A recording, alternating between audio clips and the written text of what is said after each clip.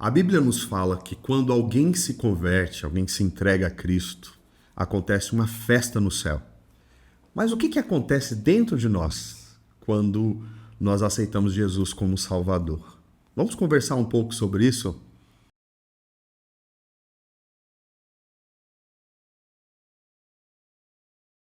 Olá pessoal, graça e paz. Aqui é o pastor Alan Rocha e você está no programa Oficina da Palavra, que é esse espaço de reflexão cristã, de estudo bíblico, em que nós temos a oportunidade de sermos corrigidos, de sermos confrontados, consertados pela palavra de Deus. Por isso, o nome do programa é Oficina da Palavra. Quero dar as boas-vindas a todos vocês. Você que tem acompanhado aqui o nosso canal, muito obrigado pelos seus comentários e suas participações. Sempre a gente pede aqui que você deixe seu joinha aí, confirmando que está gostando do vídeo. Mas quem está chegando por agora aqui, é o primeiro vídeo que está assistindo, um dos primeiros vídeos, se você ainda não se inscreveu, se inscreva no nosso canal para que você possa receber todo o conteúdo que a gente tem produzido aqui. Todos vocês são muito bem-vindos. E eu desejo que Deus abençoe cada um de vocês e que o que a gente tem produzido aqui chegue às mãos, chegue aos olhos de mais e mais pessoas. Hoje eu quero falar com vocês sobre o processo da salvação. E vamos tentar responder uma pergunta que é a seguinte: o que acontece dentro de nós quando entregamos a nossa vida ao Senhor Jesus? E para responder essa pergunta, eu quero começar, como nós sempre fazemos, lendo um texto bíblico, o texto aqui de Hebreus, capítulo 2, o versículo 3, onde a palavra de Deus nos diz assim, olha aí: como escaparemos se negligenciarmos tão grande salvação? Essa salvação, primeiramente anunciada pelo Senhor, foi-nos confirmada pelos que a ouviram. Então, esse texto fala que a salvação ela é uma bênção que nós recebemos e é uma bênção grandiosa. O texto fala de uma tão grande salvação e é evidente que isso tem a ver com aquela obra gloriosa que Jesus realizou lá na cruz do Calvário. Por isso ela é tão grande, tão gloriosa. Mas também ela é gloriosa, ela é grandiosa nos seus aspectos e resultados na nossa vida, no nosso coração. De fato, quando nós entregamos a nossa vida a Deus, nos rendendo aos pés de Jesus, dentro de nós, irmãos, acontece um turbilhão de boas coisas, de coisas maravilhosas. Há algumas bênçãos, alguns atos no mundo espiritual que acontecem e esses atos estão ligados à Bíblia. É o que nós chamamos de processo da salvação. Quando você estuda os escritos do apóstolo Paulo, também Pedro, Tiago, eles vão falar de usam alguns termos ligados à salvação que são atos que acontecem dentro de nós à medida que nós vamos caminhando com Deus e à medida que nós entregamos a nossa vida ao Senhor Jesus.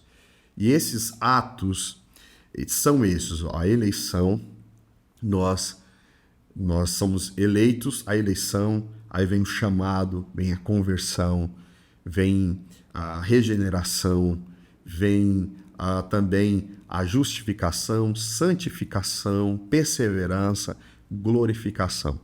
Ao todos são, os mais conhecidos são nove atos que acontecem quando nós estamos caminhando com Cristo nesse processo da salvação.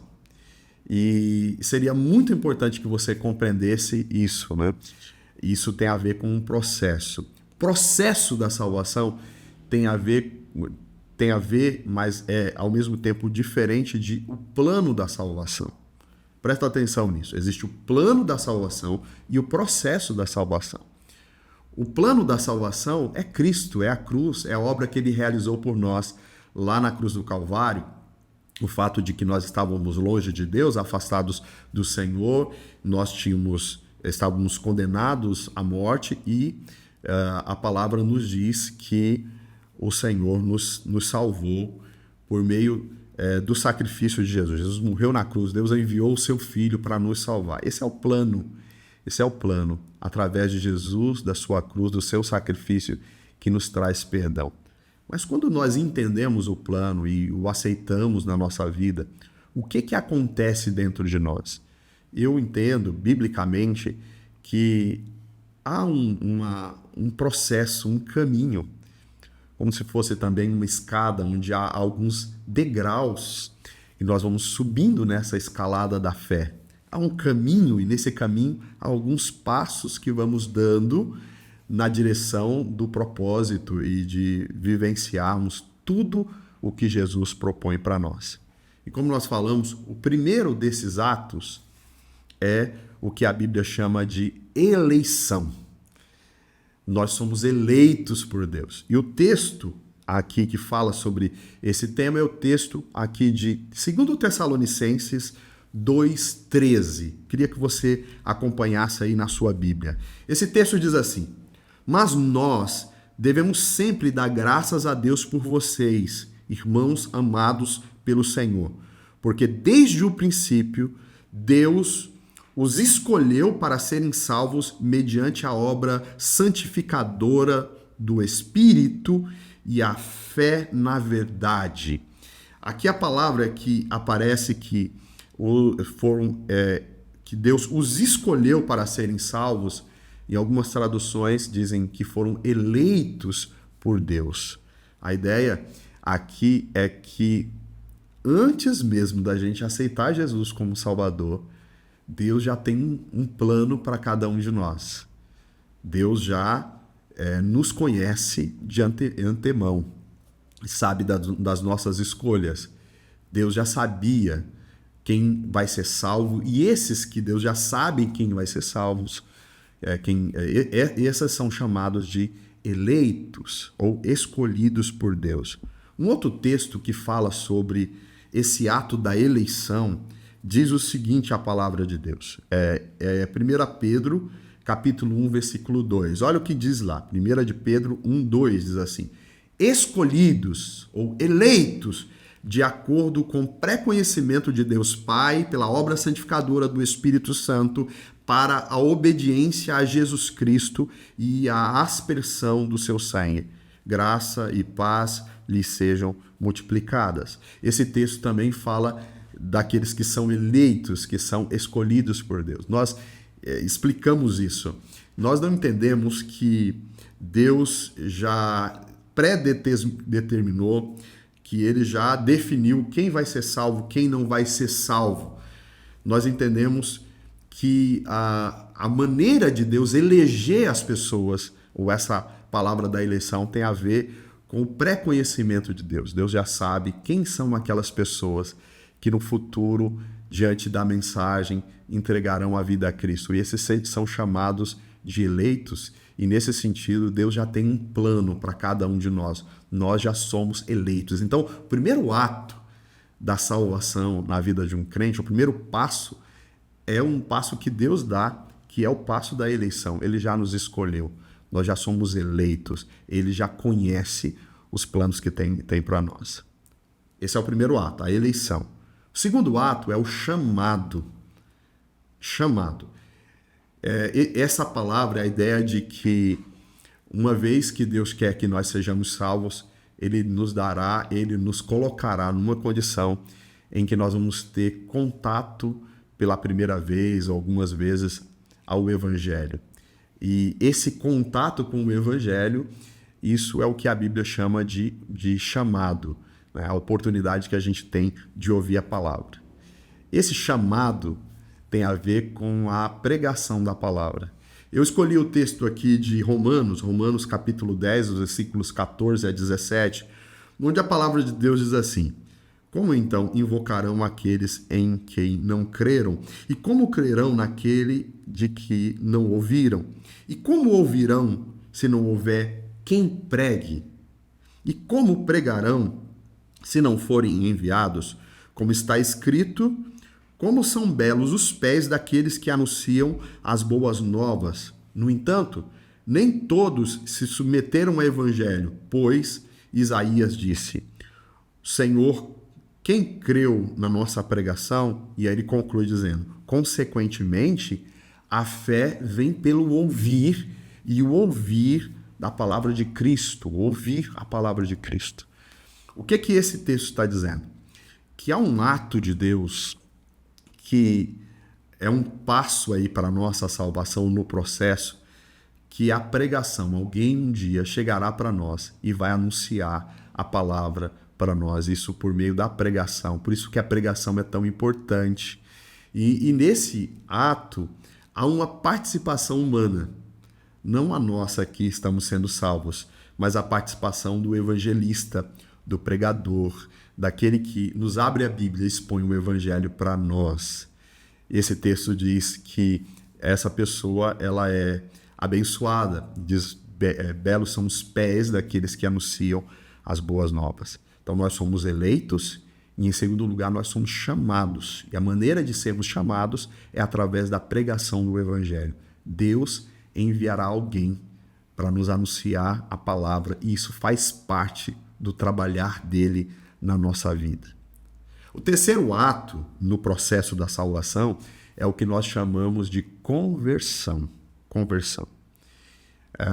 Converter tem a ver com mudar de ideia, de mudar de direção.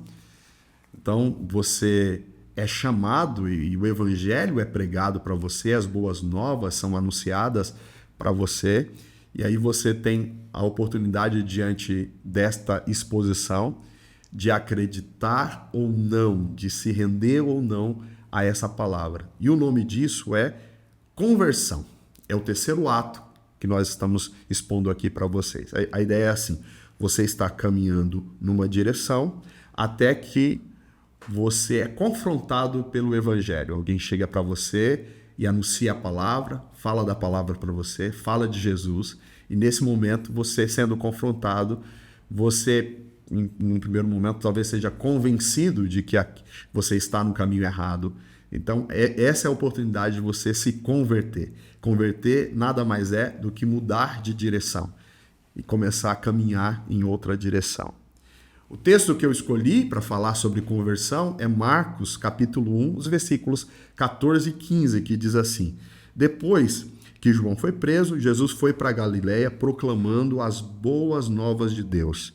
Versículo 15, ele diz: O tempo é chegado, dizia ele. O reino de Deus está próximo. Arrependa-se e creia nas boas novas. Não é só nesse texto, outros textos da palavra nos fala da necessidade da gente se arrepender, da necessidade de se converter para desfrutarmos da proposta do reino de Deus para nós. Então nós precisamos nos converter, nós precisamos mudar de direção na nossa vida. E esse mudar de direção tem a ver com a nossa escolha. E nesse sentido, nós temos um papel importante aí, diante da palavra, dizer sim para Deus, dizer eu creio. Dentro desse ato que a gente chama de conversão, que existe nesse sentido um papel humano aí nesse ato, que é de você dizer sim, de você responder ao chamado do evangelho, há duas palavras aí que formam a conversão. É o arrependimento, é necessário se arrepender, e depois é necessário crer. São duas... A gente fala assim que é a fórmula da salvação: arrependimento mais fé igual a conversão.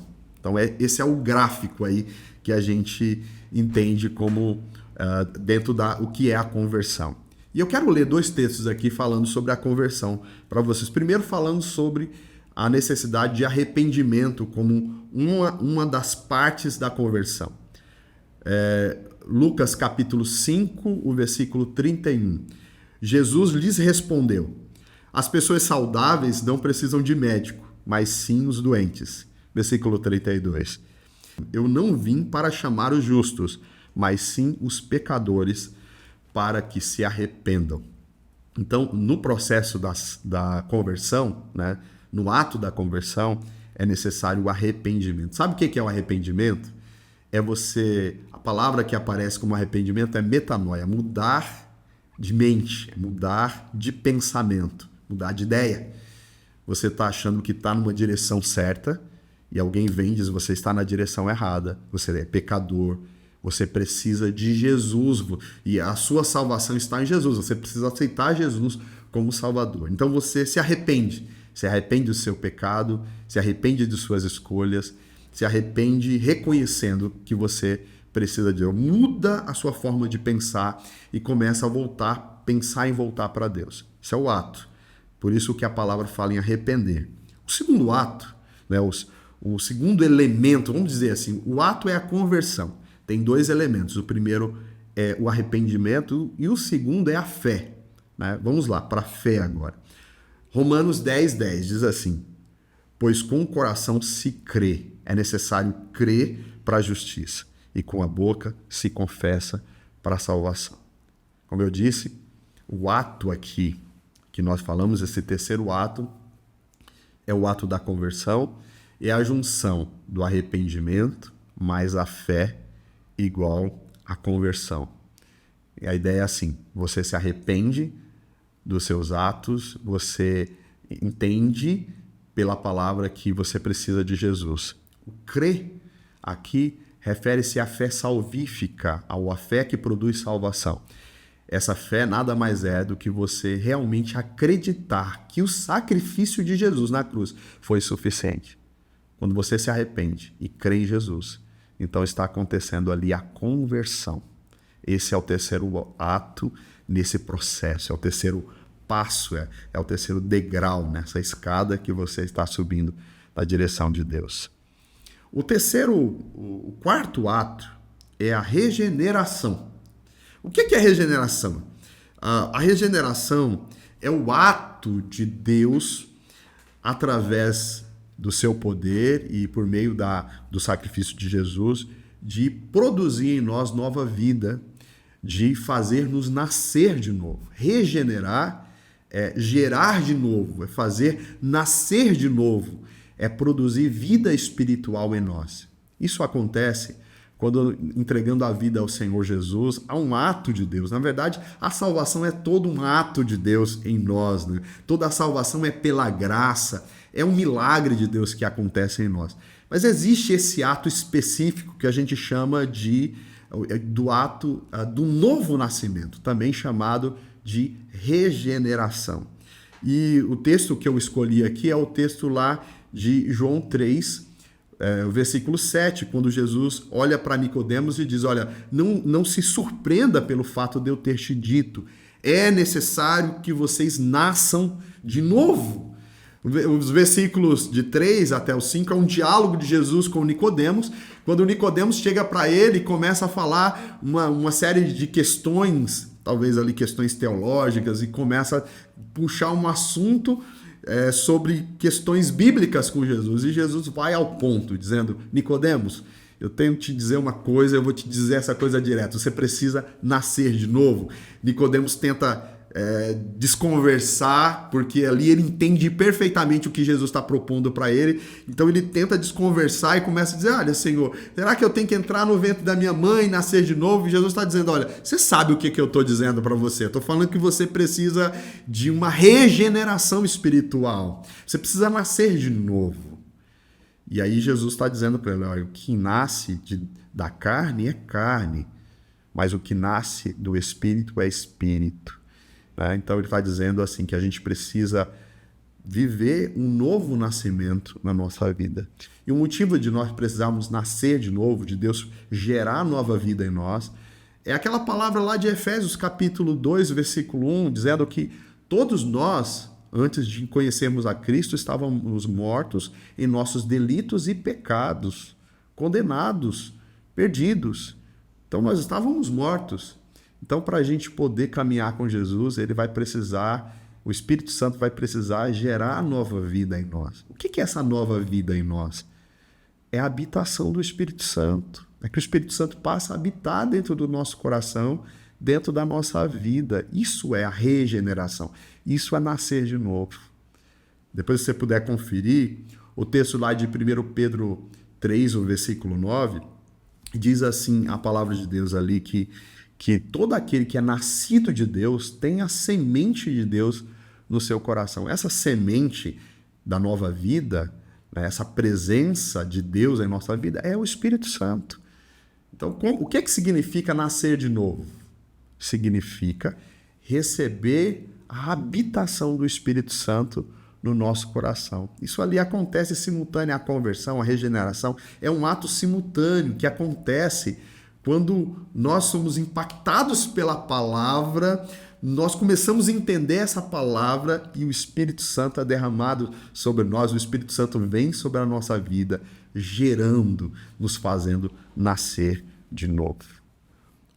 Esse é o quarto ato. Qual que é o quinto ato, então? O quinto ato, vamos dizer assim, o quinto passo nesse processo, né, nesse caminho da salvação, é o que a Bíblia chama de justificação.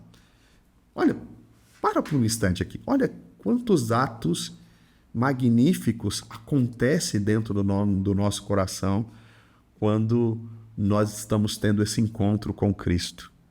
Não é algo glorioso, poderoso? Então nós já falamos aqui, olha, só para recapitular. Fomos eleitos, fomos chamados, fomos convertidos, fomos regenerados. E em quinto lugar, nós somos justificados. E o quinto passo, então, é a justificação.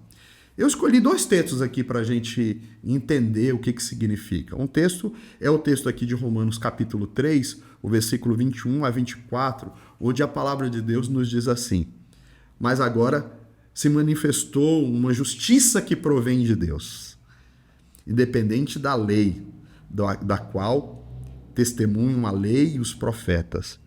Justiça de Deus mediante a fé em Jesus Cristo para todos os que creem. Ou seja, a justiça, essa justificação, esse perdão vem mediante a fé. Todo aquele que crê no sacrifício de Jesus é justificado, é perdoado. E diz o texto: não há distinção, pois todos pecaram e estão destituídos da glória de Deus. E aí ele conclui dizendo: sendo justificados gratuitamente por sua graça, por meio da redenção que há em Cristo Jesus. Olha que texto lindo, dizendo que nós somos justificados, isto é, perdoados, mediante a sua graça. É pela graça que nós somos justificados por meio da fé no sacrifício de Jesus lá na cruz do Calvário.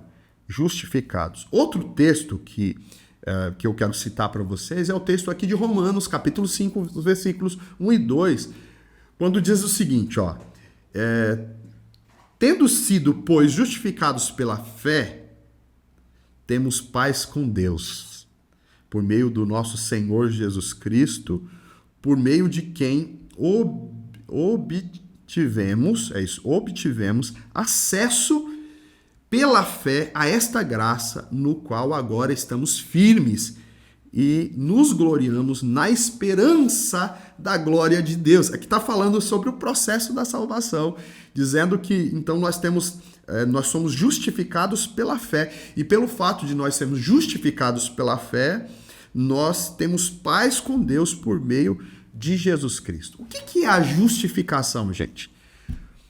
A justificação é um ato gratuito de Deus, é um ato soberano de Deus de declarar pecadores justos, de olhar pessoas que estão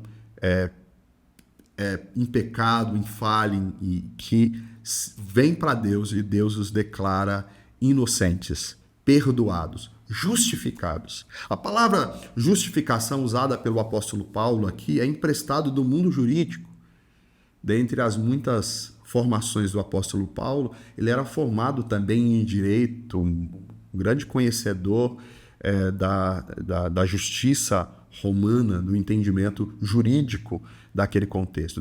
Ele empresta esse termo dos tribunais e aplica a nossa salvação, né?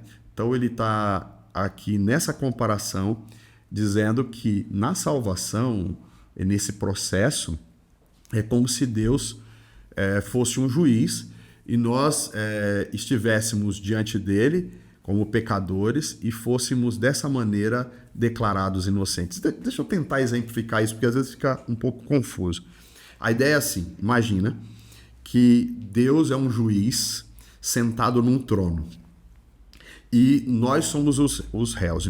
Imagina, você é um réu que entra diante desse juiz e ele vai te julgar mediante a lei, né, e vai examinar todo o seu passado, a sua vida. E ele vai pegar um caderno e faz esse exercício de imaginação. Ele pega um caderno, né, um livro, na verdade, pega lá, e lá naquele livro está registrado todos os seus pecados. Tenta imaginar isso. E aí ele vai dizer, olha, quando você era uma criança, você fez isso. Quando você era adolescente, isso. Na sua juventude, você cometeu 5.680 e tantos pecados. Imagina, essa é a descrição que eu fico no meu exercício de imaginação. E aí, mediante aos seus pecados e conforme a justiça, eu tenho que te declarar condenado. Então ele levanta um martelo para te condenar, para te declarar condenado. Imagina que você é o réu diante desse juiz que é totalmente justo. E quando um juiz vai bater o martelo para te condenar, de repente entra alguém nessa sala. E esse alguém é Jesus Cristo. Ao entrar na sala, ele diz, não. Eu paguei já todas as dívidas dessa pessoa. Nenhuma condenação há sobre ele. Eu morri na cruz pelos pecados dessa pessoa, desse homem, dessa mulher. E por isso não tem mais nenhuma dívida. Então o juiz olha ali e diante dele está o Filho, né, Jesus Cristo, e ele diz, olha ali, imagina assim, quem está sendo julgado ali é o Alan. Ele olha para o Alan e bate o martelo, mediante o sacrifício e a obra do meu filho na cruz do Calvário, eu te declaro inocente, eu te declaro perdoado, eu te declaro justificado. Essa é a ideia desse ato da justificação. O ato de Deus nos declarar inocentes, pecadores, justificados aqueles que estavam distantes de Deus, mediante a obra e o sacrifício de Jesus na cruz do Calvário. Então, eu e você fomos justificados mediante a obra de Jesus. Isso acontece no momento ali da nossa conversão, da nossa entrega a Cristo. O sexto ato, já estamos indo aqui para a parte final. O sexto ato é o que nós chamamos de adoção. A adoção tem a ver com nós nos tornarmos filhos de Deus, né? Então é importante. A adoção é um ato também glorioso de Deus, um ato gracioso de Deus, de declarar que somos seus filhos, mediante o fato de sermos justificados e regenerados. Quando nós nos convertemos, quando nós nos entregamos a Jesus e ele nos justifica como juiz, ele nos declara inocentes, ele não para apenas aí. E, além de nos declarar justificados, ele também declara que nós somos seus filhos. Isso também é um ato lindo, poderoso, glorioso. Isso está lá em João, no capítulo 1, versículo 12, quando o próprio Jesus diz assim, contudo, aos que creram, aos que receberam o seu nome, olha, deixa eu ler novamente o versículo aqui, é João 1,12, diz, contudo, aos que o receberam, aos que creram em seu nome, deu-lhes o direito de se tornarem filhos de Deus. Então, a ideia desse texto é exatamente nos dizer que, de certa forma, a humanidade lá no Éden abriu mão desse direito de ser filho. Mas, agora, por causa de Cristo, aqueles que acreditam em Cristo recebem de volta esse direito e se tornam novamente filhos de Deus. Um outro texto que tem a ver com esse ato da adoção, né? É esse texto aqui de Gálatas 4, o verso 4 a 6, que diz assim, mas quando chegou a plenitude do tempo, Deus enviou seu filho, nascido de mulher, nascido debaixo da lei, a fim de redimir os que estavam sob a lei, para que recebêssemos a adoção de filhos. Ou seja, o juiz da história que eu acabei de contar para vocês não apenas perdoa o criminoso, mas adota esse criminoso na sua família, na sua casa, e faz dele um do seu herdeiro. Coloca lá na herança, né? Coloca lá no testamento. Declara inocente, perdoa, mas não só isso, também recebe na família. Nesse ato da adoção, nós vemos aqui uma ação linda do Espírito Santo. Esse texto fala que nós recebemos o Espírito da adoção. O que é esse Espírito? É a presença do Espírito Santo em nós, que nos ensina a sermos filhos. Nós, por toda a vida, tínhamos hábitos de escravos, mas através do sacrifício de Jesus, que nos tornamos filhos, agora nós somos convidados a uma novidade de vida. Não mais vivermos como escravos, mas agora adquirimos novos hábitos de príncipes, de princesas, porque agora nós somos filhos do Rei. E para isso o Espírito Santo atua, falando no nosso coração, falando na nossa vida e mostrando que agora nós somos filhos. O texto diz que o Espírito Santo sussurra em nós que somos filhos de Deus. Ele diz, Abba, Pai. É como se o Espírito Santo estivesse dizendo, olha, você precisa saber que agora você é filho. Agora você é filho, você não é mais escravo, você precisa ter novos hábitos. Então, a adoção é esse sexto ato. Vamos para o sétimo ato.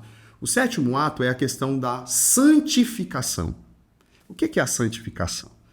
A santificação é o fato de que Deus começa, então, um processo em nós, que começa desde a nossa conversão e vai até enquanto estivermos vivos ou até a volta de Jesus, num processo de purificação, de limpeza, de salvação, de libertação do pecado em nós. Nesse sentido, significa que Deus está agindo em nós, nos fazendo cada dia vencer o pecado e cada dia nos tornando mais parecidos com o Senhor Jesus. E isso tem a ver com o ato anterior que nós falamos aqui, que é a adoção. Veja bem, o que está escrito lá em 1 de Pedro, capítulo 1, os versículos 14 até 16. Como filhos obedientes, já que nós somos filhos, ele diz, não se deixem amoldar pelos maus desejos de outrora, quando viviam na ignorância. Mas assim, como é santo aquele que os chamou, sejam santos vocês em tudo o que fizerem, pois está escrito, sejam santos como eu sou santo. Então a palavra de Jesus aí a palavra de Deus aí para nós, nos convidando a viver também um processo que tem a ver com essa salvação, que é a santificação. Nós precisamos a cada dia desenvolvermos novos hábitos, vencer a cada dia o pecado e a cada dia nos tornar mais parecidos com Jesus. Esse é o sétimo ato, a santificação. No próximo programa nós vamos falar especialmente dele e vamos desenvolver um pouco mais. Mas vamos lá, o oitavo ato é a perseverança. A perseverança é o ato de que, juntamente com a santificação, você precisa continuar, sem desanimar, continuar essa caminhada. E é Deus quem te sustenta, quem te ajuda nesse caminho. O texto aqui é Hebreus 12:1, que diz assim, portanto, também nós, uma vez que estamos rodeados por uma tão grande nuvem de testemunhas, livremo-nos de tudo que nos atrapalha e do pecado que nos envolve. Aqui a ideia é assim, olha, se santifique. Mas além de se santificar, faça isso. Corramos com perseverança a corrida que nos é proposta. A palavra também nos convida a perseverar. E a perseverança é também um ato que, com a ajuda de Deus, com a presença de Deus, nós caminhamos nesse processo da salvação, né? Precisamos perseverar até o fim. A palavra de Deus lá em Apocalipse diz assim, ser fiel até a morte, dar-te a coroa da vida. A ideia de que nós precisamos perseverar, nós não podemos virar as costas, nós não podemos voltar atrás, já que estamos nesse caminho. A palavra que eu quero concluir aqui, que é o nono ato desse processo, é a glorificação. né? O que é a glorificação? A glorificação é o ponto final do processo da salvação. Quando que vai acontecer isso? Vai acontecer na volta do Senhor Jesus. Porque quando Jesus voltar, nessa ocasião, o processo vai ter concluído. E a gente vai então receber a vitória completa sobre o pecado. O pecado será de uma vez por toda vencido, de uma vez por toda exterminado. E o texto que eu escolhi para falar sobre a glorificação é 1 de João capítulo 3, versículo 1, que diz assim: Amados, agora que somos filhos, olha, mais uma vez uma menção sobre a adoção, esse é um ato importantíssimo, né? Diz assim: Amados, agora que somos filhos de Deus, e ainda não se manifestou o que havemos de ser, mas sabemos que, quando ele se manifestar, ele aqui é Jesus, e manifestar aqui refere-se à volta dele. Ele diz assim: quando ele se manifestar, seremos semelhante a ele, pois o veremos como ele é. Olha que maravilha! Está dizendo que quando Jesus voltar, nosso corpo será transformado. E de uma vez por toda, não teremos mais a presença do pecado na nossa vida, na nossa história. E assim, um texto que fala sobre a glorificação e toda a vitória sobre o pecado é o texto lá de 1 Coríntios, capítulo 15, os versículos 52 a 55. E com ele aqui eu vou já concluindo essa fala. No momento, no abrir e fechar de olhos, no soar, ou no som da última trombeta, pois a trombeta soará, os mortos ressuscitarão incorruptíveis e nós seremos transformados. Pois é necessário que aquilo que é corruptível se revista da incorruptibilidade e aquilo que é mortal se revista da imortalidade. Quando, porém, o que é corruptível se revestir da incorruptibilidade e o que é mortal da imortalidade, então se cumprirá a palavra que está escrita: a morte foi destruída pela vitória. Onde está, ó morte, a sua vitória? Onde está, ó morte, o seu aguilhão? Olha que maravilha! Como conclui essa palavra? Hoje, na vida cristã, nós estamos numa luta, nós estamos num processo para vencer a força do pecado, o poder do pecado sobre nós. Esse processo começa não só quando nós entregamos a vida a Cristo, mas ele começa até antes. Antes da gente se converter, Deus já tinha um plano para nós. Antes da gente se converter, Deus preparou um evangelista para nos evangelizar. E a gente entra nesse processo, a gente está nesse processo, esse processo que passa pela nossa conversão, regeneração, justificação, adoção, santificação, perseverança e, por fim, a glorificação. Você entende agora por que o texto diz que é uma tão grande salvação? Porque, de fato, ela é gloriosa, ela é grandiosa. Não é à toa que a Bíblia fala que quando um pecador se arrepende, acontece uma festa no céu, porque, de fato, coisas grandiosas e gloriosas acontecem no mundo espiritual, acontecem nas nossas vidas quando nós nos rendemos a Cristo. Você é uma pessoa abençoada, nós somos abençoados pelo privilégio de conhecermos o Evangelho e vivermos essa palavra.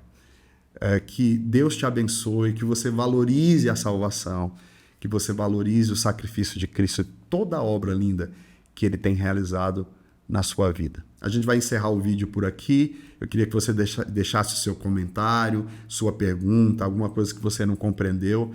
E desses pontos que nós tratamos aqui, alguns deles serão tratados especialmente em próximos vídeos.